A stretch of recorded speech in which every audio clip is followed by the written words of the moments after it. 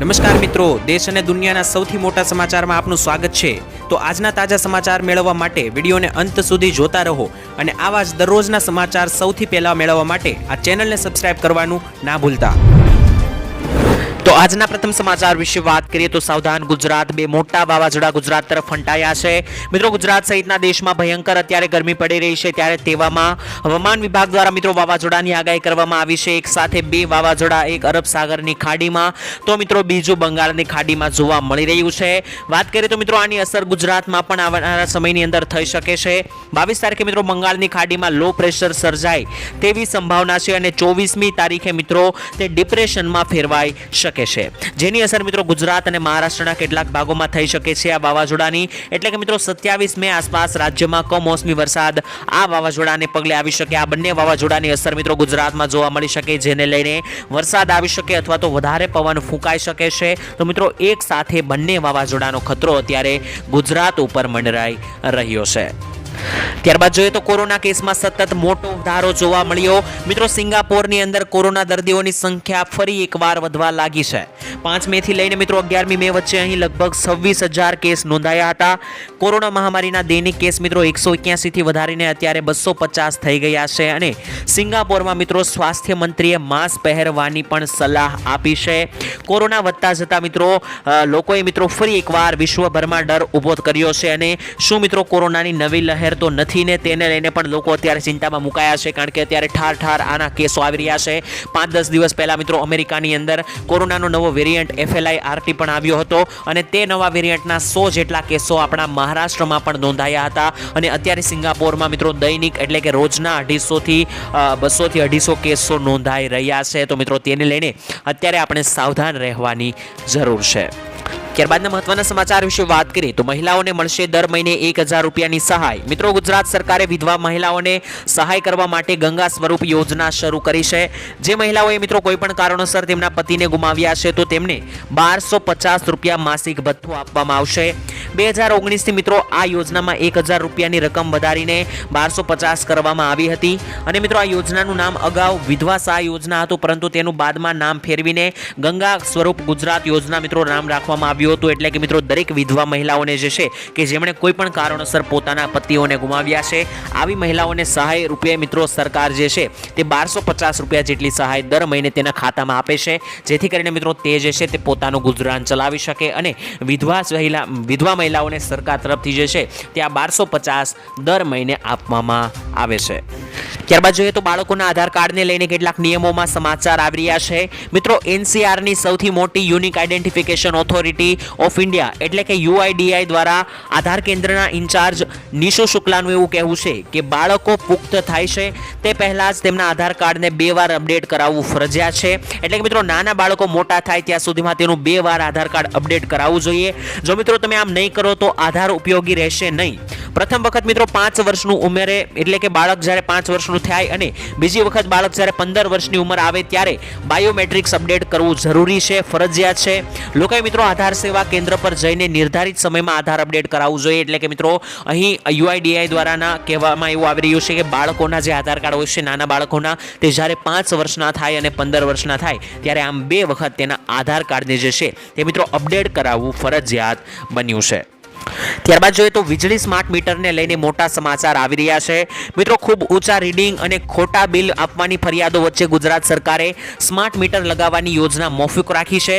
લોકોને મિત્રો સમજ આપ્યા બાદ જ કામગીરી શરૂ થશે તેવું કહેવામાં આવ્યું અને ગુજરાતમાં ઉર્જા વિભાગે પણ વિવિધ શહેરો અને ગામોમાં વીજ ગ્રાહકોને ત્યાં સ્માર્ટ મીટર લગાવવાનો પાયલટ પ્રોજેક્ટ શરૂ કર્યા બાદ તેમાં મીટર ઝડપથી ફરતા હોવાની અને ઊંચું બિલ આવતું હોવાની ફરિયાદો ઉઠી છે। એટલે કે મિત્રો સ્માર્ટ મીટર લગાવવામાં સરકાર જે છે તે સ્માર્ટ મીટર લગાવવા માંગતી હતી, પરંતુ લોકો તેનો લગાતાર વિરોધ કરી રહ્યા છે। એવું કહી રહ્યા છે કે આ મીટર લગાવ્યા બાદ બિલ ઊંચું આવતું હોય છે અને મિત્રો વીજળી જે છે તે વધારે એમાં કન્ઝ્યુમ થતી હોય છે, આવી મિત્રો કેટલાક લોકો દ્વારા કહેવામાં આવ્યું છે। તેથી કરીને મિત્રો સુરત, વડોદરા, રાજકોટ સહિતના સ્થળોએ મિત્રો લોકોએ આ નવા મીટરને લઈને હોબાળો થયો હતો। તેથી મિત્રો સરકારે અત્યારે જે છે તે સ્માર્ટ મીટર લગાવવાની યોજના મોકૂફ રાખી છે। તો મિત્રો આ મુદ્દે તમારું શું કહેવું છે? શું સ્માર્ટ મીટર લગાડવા જોઈએ કે નહીં, અથવા તો અત્યારે જે વીજળીના મીટર ચાલી રહ્યા છે તે જ રહેવા દેવા જોઈએ? તમારું શું મંતવ્ય છે નીચે કોમેન્ટમાં લખીને જણાવી આપજો।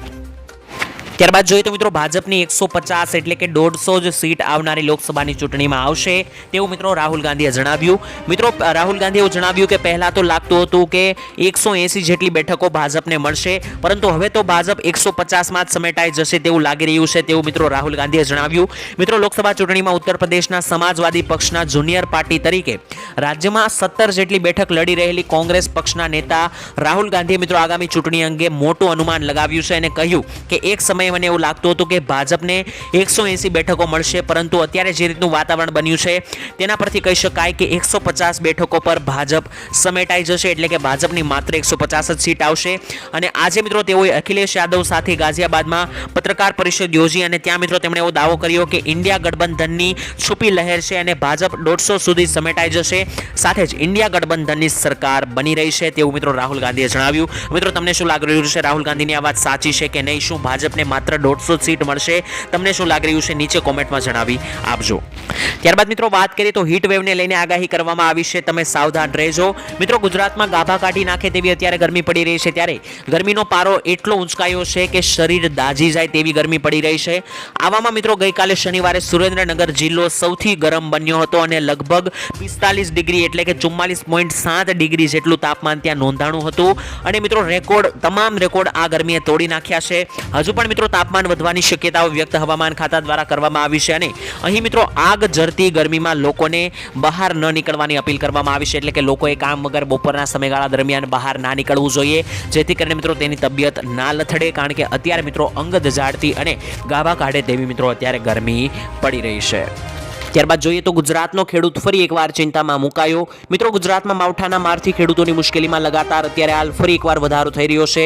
જણાવી દઈએ કે મિત્રો આ વર્ષનું આ ચોથું કમોસમી માવઠું છે અને ચોથી વાર ખેડૂતોને નુકસાન પડી રહ્યું છે. એક પણ વખત સરકાર તરફથી સહાય આપવામાં નથી આવી. કમોસમી વરસાદને કારણે મિત્રો ઉત્તર ગુજરાત, મધ્ય ગુજરાત, દક્ષિણ ગુજરાત અને સૌરાષ્ટ્રના કેટલાક વિસ્તારોમાં ખેડૂતોના ઊભા પાકને મોટું નુકસાન થયું છે. ત્યારે મિત્રો ગુજરાતના સરકારે એટલે કે ગુજરાત સરકારે ખેતી પાકને થયેલા નુકસાનનું સર્વે કરવા સૂચના પણ આપવામાં આવી છે. હજી પણ મિત્રો 3 દિવસ ગુજરાતમાં કડાકા ભડાકા સાથે ભારે વીજળી સાથે વરસાદ પડવાની આગાહી છે.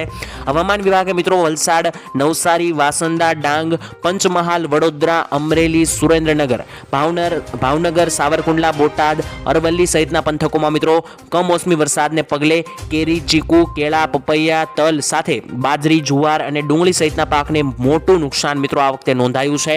મોટાભાગના ખેતરોમાં મિત્રો તૈયાર પાક હતો તેને ભારે નુકસાન પડ્યું છે, એટલે કે મિત્રો ખેડૂતોએ આખું વર્ષ મહેનત કર્યું, પાક બચાવ્યો, પરંતુ છેલ્લે વરસાદ આવ્યો જેને કારણે પાક નુકસાન થયું. અને મિત્રો ગુજરાતના કૃષિમંત્રી રાઘવજીભાઈ પટેલે જણાવ્યું છે કે જે કંઈ પણ નુકસાન થયું છે તેને સર્વેની કામગીરી ટૂંક સમયમાં જ શરૂ કરવામાં આવશે. એટલે કે મિત્રો આ વર્ષેનું એટલે કે 2024નું આ ચોથું કમોસમી માવઠું હતું અને આ વખતે મિત્રો સૌથી વધારે ખેડૂતોને નુકસાન થયું છે. તેથી કૃષિમંત્રીએ પણ ખુલાસો કર્યો છે કે જે કંઈ પણ નુકસાન થયું છે તેનો સર્વે કરવામાં આવશે. ત્યારબાદ મિત્રો બની શકે કે આ સર્વેને ભાગરૂપે કેટલાક રાજ્યોમાં અને કેટલાક જિલ્લાઓની અંદર સહાય જે છે તે સરકાર ચૂકવી શકે છે. જોકે મિત્રો સહાય અંગે કોઈ જાહેરાત કરવામાં નથી આવી, પરંતુ સર્વે અંગે કૃષિ મંત્રીએ જાહેરાત કરી હતી.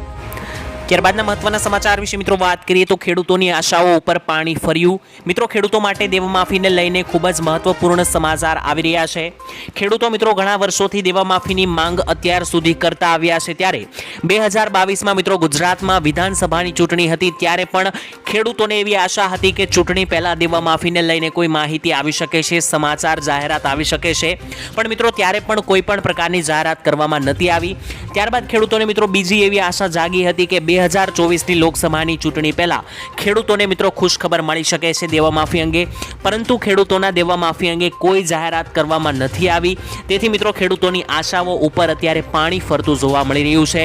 માત્ર કોંગ્રેસ સરકાર એવી છે કે મિત્રો જેણે એવું જણાવ્યું છે કે જો તેની સરકાર બને છે તો મોદી સરકારે જે ઉદ્યોગપતિઓની લોન માફ કરી તે રકમ ખેડૂતોની લોન માફીમાં વાપરવામાં આવશે. તો મિત્રો અહીં સમાચાર એવા છે કે ખેડૂતો લગાતાર દેવામાફીની રાહ જોઈને બેઠા હતા.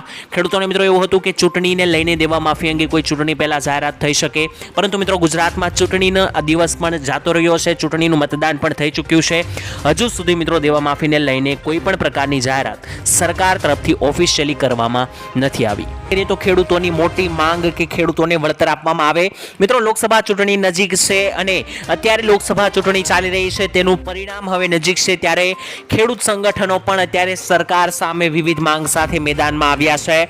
ભારતીય કિસાન સંઘ દ્વારા મિત્રો તાજેતરમાં જ થયેલા માવઠાના કારણે કેટલાક વિસ્તારમાં ખેડૂતોને ભારે નુકસાન થયું છે, તેનો વહેલી તકે સર્વે કરીને વળતર ચૂકવવા માટે અને ભૂતકાળમાં પણ કૃષિમાં જંગી નુકસાન થયું છે અનેકો માવઠાને કારણે, તો તેના પાક વીમાના પ્રશ્ન પણ હજુ સુધી મળ્યા નથી, તો તે મિત્રો તાત્કાલિક આપવા માટે સરકાર પાસે માગણી કરવામાં આવી છે.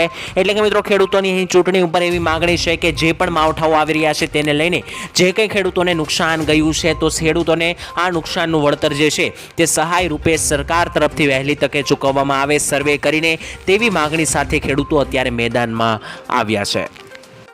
ત્યારબાદ જોઈએ તો રાહુલ ગાંધીએ કરી નવી જાહેરાત. મિત્રો રાજસ્થાનમાં કોંગ્રેસના નેતા રાહુલે સભાને સંબોધન કર્યું હતું અને અહીં મિત્રો તેમણે જણાવ્યું કે ગરીબ પરિવારોને દર મહિને 8,500 રૂપિયા આપશે કોંગ્રેસ સરકાર, અને જો કોંગ્રેસની સરકાર બનશે તો દેશમાં કોન્ટ્રાક્ટ સિસ્ટમ પણ બંધ થઈ જશે અને આર્મી એટલે કે સૈનિકોને પણ ગેરંટી આપવાની હતી, અને જો તમને કોઈ થશે એટલે કે મિત્રો સૈનિકોને કંઈ પણ થશે તો સરકાર તમારું ધ્યાન રાખશે, અને જો શહીદ થશે તો શહીદોનો દરજ્જો આપવામાં આવશે અને પેન્શન પણ આપવામાં આવશે, તેવું પણ મિત્રો રાહુલ ગાંધીએ જણાવ્યું. એટલે કે મિત્રો રાહુલ ગાંધીએ એવું જણાવ્યું કે જો કોંગ્રેસની સરકાર આવનારી લોકસભાની ચૂંટણીની અંદર સત્તામાં આવે છે જીતીને, તો દર મહિને દરેક ગરીબ પરિવારોને 8,500 રૂપિયાની સહાય વિના મૂલ્યે આપવામાં આવશે. એટલે કે મિત્રો જો તમારો પરિવાર ગરીબ હોય તો તમારા પરિવારને ચલાવવા માટે દર મહિને 8,500 રૂપિયા ડાયરેક્ટ સરકાર તરફથી તમને આપવામાં આવશે, અને આમ વાર્ષિક 1 લાખ રૂપિયા સુધીની સહાય દરેક ગરીબ પરિવારોની મહિલાઓને આપવામાં આવશે, તેવી મોટી જાહેરાત કોંગ્રેસ સરકાર દ્વારા કરવામાં આવી છે. તો મિત્રો તમને શું લાગી રહ્યું છે આવનારી લોકસભાની ચૂંટણીની અંદર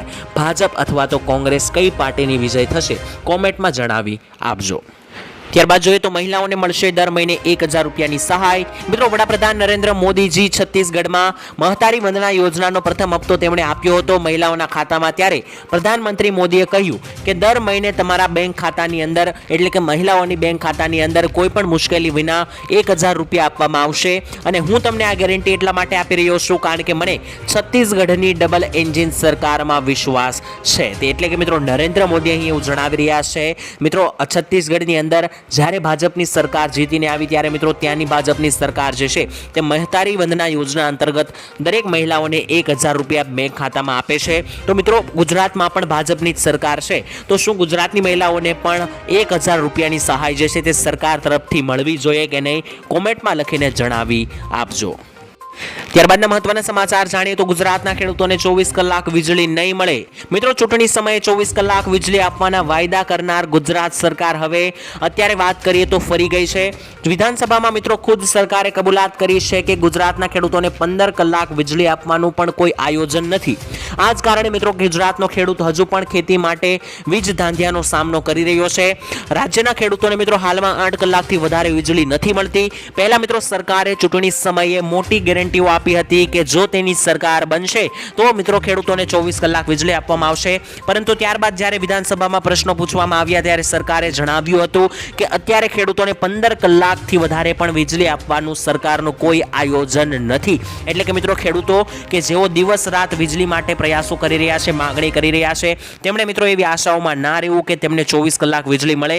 અહીં તો મિત્રો 15 કલાક પણ વીજળી આપવાનું સરકારનું કોઈ આયોજન નથી. તો મિત્રો ખેડૂત મિત્રો તમારું શું કહેવું છે? શું ખેડૂતોને 24 કલાક વીજળી આપવી જોઈએ કે નહીં, અથવા તો 15 કલાક વીજળી આપવી જોઈએ? તમારું મંતવ્ય શું છે એકવાર કોમેન્ટમાં જણાવી આપજો. ત્યારબાદના મહત્વના સમાચાર જાણીએ તો ખેડૂતોને 25,000 રૂપિયાની મોટી સહાય. મિત્રો ગુજરાત રાજ્યના ખેડૂતોને પૂર, દુષ્કાળ અથવા તો અતિવૃષ્ટિ જેવી કુદરતી આપત્તિઓમાં રાહત આપવા માટે ઓગસ્ટ 2020ના રોજ ગુજરાત સરકાર દ્વારા મુખ્યમંત્રી કિસાન સહાય યોજના શરૂ કરવામાં આવી છે. ખાસ કરીને મિત્રો ગુજરાત કિસાન સહાય યોજના અંતર્ગત રાજ્ય સરકાર દ્વારા ખેડૂતોને મહત્તમ 4 એકર માટે કૃષિ પેદાશોના નુકસાનમાં 33% લઈને 60% સુધીનું નુકસાન વળતર આપવામાં આવશે. અને મિત્રો કુદરતી આપત્તિઓને કારણે થતા જે કંઈ પણ નુકસાન કુદરતી આપત્તિઓને કારણે થાય છે તેવા કિસ્સામાં ખેડૂતોને 20,000 રૂપિયાનું વળતર આપવામાં આવે છે. અને 60% કરતાં જો વધારે ખેતરની અંદર નુકસાન થયું હોય કોઈ પણ કુદરતી આપત્તિઓને કારણે તો વધુમાં વધુ 4 એકર માટે 25,000 રૂપિયા સુધીની સહાય જે છે તે વળતર રૂપે સરકાર તરફથી આપવામાં આવે છે. તો હવે લાઇટ બિલ ઓછું આવશે। મિત્રો વીજ ગ્રાહકોના હિતમાં ગુજરાત સરકારનો મહત્વનો નિર્ણય। જાન્યુઆરી મહિનાથી લઈને માર્ચ 2024માં વસૂલાત થનાર ફ્યુઅલ સરચાર્જમાં 50 પૈસાનો ઘટાડો કરવામાં આવ્યો હતો। ફ્યુઅલ સરચાર્જ હવે મિત્રો 3.35 પ્રતિ યુનિટથી ઘટીને 2.85 રૂપિયા પ્રતિ યુનિટ કરવામાં આવ્યો હતો અને આ નિર્ણયથી રાજ્યના અંદાજે 1.70 કરોડ ગ્રાહકોને જાન્યુઆરીથી માર્ચ 2024ના ત્રિમાસિક ગાળામાં આશરે 1340 રૂપિયા સુધીની બચત થઈ શકે એમ હતી। અને મિત્રો વાત કરીએ તો માસિક 100 યુનિટ જેટલું તમારું જો વપરાશ છે વીજળીનું તો મિત્રો તમારે અંદાજે 57 રૂપિયાની બચત જે છે તે માસિક થશે। એટલે કે મિત્રો જો તમે 100 યુનિટ જેટલું મફત વીજળી મિત્રો મહિને બાળો છો તો મિત્રો તમારે 57 રૂપિયા જેટલી બચત જે છે તે લાઇટ બિલની અંદર જોવા મળશે। એટલે કે મિત્રો ફ્યુઅલ સરચાર્જમાં ઘટાડો કરવામાં આવ્યો હોવાથી હવે દરેક ગુજરાતીઓના લાઇટ બિલ ઓછા આવી શકે।